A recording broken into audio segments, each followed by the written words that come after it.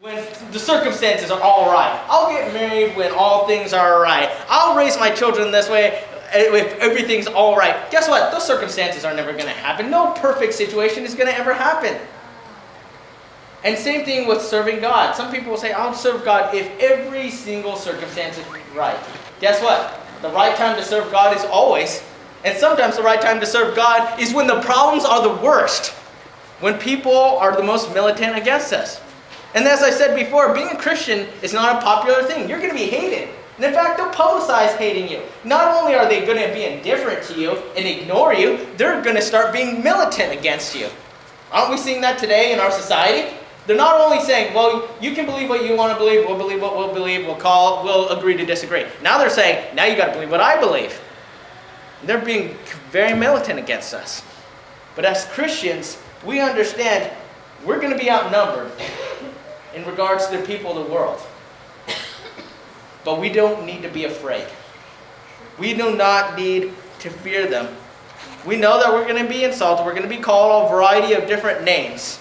And we're going to see here that Elijah is going to be in the most unfavorable circumstances. Completely outnumbered, outgunned. But Elijah still chooses to stand up for God. And he has that conviction, he has that faith, that courageous faith in action. And we need to tell ourselves, we need to have that courageous faith in action as well. Even if everyone was against you. Even if your family was against you. Even if your children and spouse are even against you, you must stand up for God. That's a hard message. But it's a message that says, we put God first. We are to love our neighbor as ourselves, but before that commandment, we must love the Lord our God with all our heart, soul, mind, and strength. And we will not shirk down. We will not be shutted up. And we will not stand still. We're going to stand up for God. We're going to be outnumbered, but we don't mind being outnumbered. Let's read verse 16 through 24 and learn some lessons from this.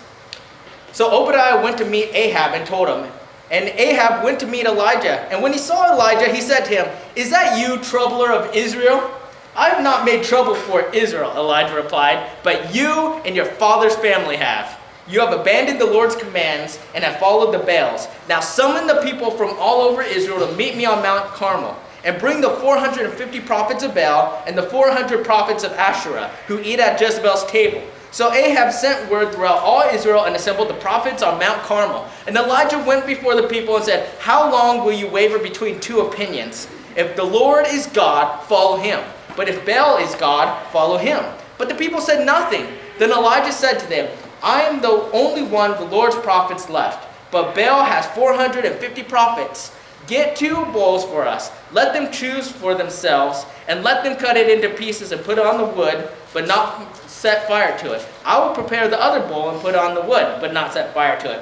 Then you call on the name of your God, and I'll call on the name of the Lord. The God who answers by fire, he is God." Then all the people said, "What you say is good." So here we see an amazing challenge. Here we have Elijah confronted by the most wicked of kings up until that time. And he challenges Ahab and the prophets, and he says, okay, you call up the 450 prophets of Baal, you call up the 400 prophets of Asherah, you bring all the people of Israel on Mount Carmel, and we're going to have a challenge.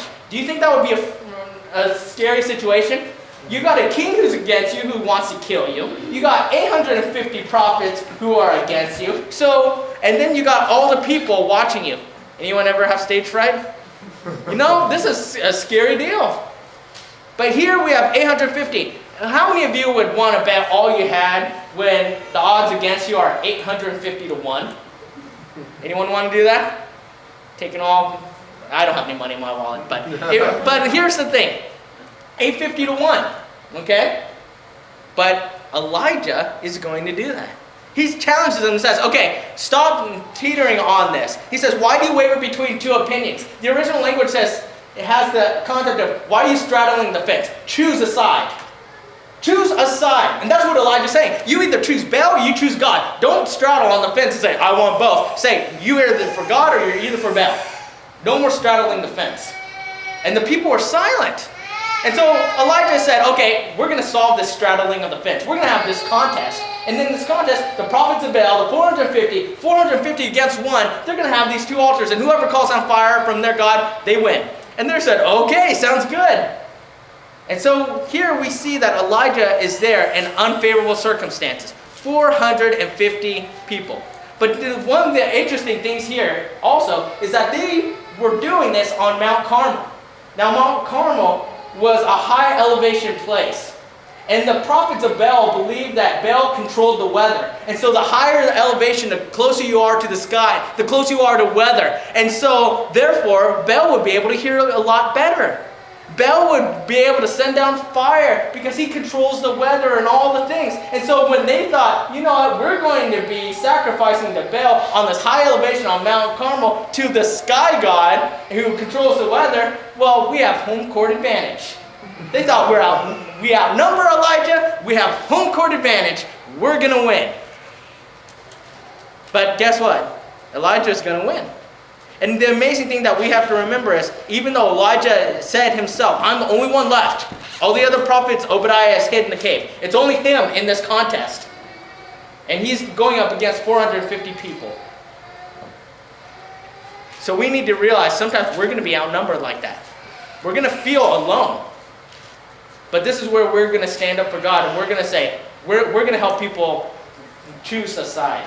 You either follow God or you follow the false gods of this world. But I'm going to prove to you that the God of Israel, the God Jehovah, is the one true God. And this will lead us to the next fact that we need to realize when we are confronted by hardship, when we feel alone, when people are opposing us, what we need to always remember is those who oppose God will fail. Those who oppose God will fail. I mean, we're going over the book of Revelation. How many times did Satan fail against God? And he's Satan. Guess what? We're going to win. Because those who oppose God, they're always going to lose. Mm-hmm. And so let's read verse 25 to 29. And we're going to see that Elijah gets a little sarcastic here. Elijah said to the prophets of Baal, choose one of the bulls and prepare it first, since there are so many of you. Call on the name of your God, but do not light the fire. So they took the bull given them and prepared it. Then they called on the name of Baal from morning till noon. Oh, Baal, answer us, they shouted. But there was no response. No one answered. And they danced around the altar they had made. And at noon, Elijah began to taunt them. Shout louder, he said. Surely he is a god. Perhaps he is deep in thought, or busy, or traveling. Maybe he is sleeping and must be awakened. So they shouted louder and slashed themselves with swords and spears, as was their custom, until the blood flowed. Midday passed, and they continued their frantic prophesying until the time for the evening sacrifice. But there was no response. No one answered. No one paid attention. So we see that Elijah is outnumbered with the support of the evil king, and the prophets of Baal have home court advantage on Mount Carmel. Okay, does circumstances sound favorable to Elijah? No, not if you're looking from worldly perspective. But then look here. Elijah gives them 3 more advantages to kind of show them, you know what, I'm going to give it all to you. The first thing that Elijah does is he lets them choose which bull they want to sacrifice first. You know, if they're really trying to appease whatever god, they get first choice. How many of you would rather have a nice juicy steak over a hot dog? You know, that's kind of choice. And so they get the first choice to say, you know what, Baal would really be pleased with this cow. And so he gives them first choice. So there's another advantage Elijah gives them. The second advantage he says, you guys go ahead and go first. You know what? If Baal was truly God and fire came down, then Elijah would not have had a chance to even speak. And then they would have just killed him. Okay? And then the third advantage, Elijah gave them a lot of time. It says they began in the morning. The morning time Jews was right around 7 a.m. when the morning sacrifice was done. And then they went till noon. He gave them 5 hours to call upon their false god. And then he gave them even more time until the evening sacrifice, which was 7 p.m. So in total, Elijah also gives them 12 whole hours to call out to Baal. So here we got outnumbered, evil king, home court advantage, first pick, get to go first, and 12 hours to do it. Not very favorable. But guess what? Did anyone answer? No, because Baal is not a god. He doesn't even exist. They made him up. And so one of the things that we see here is that Elijah begins to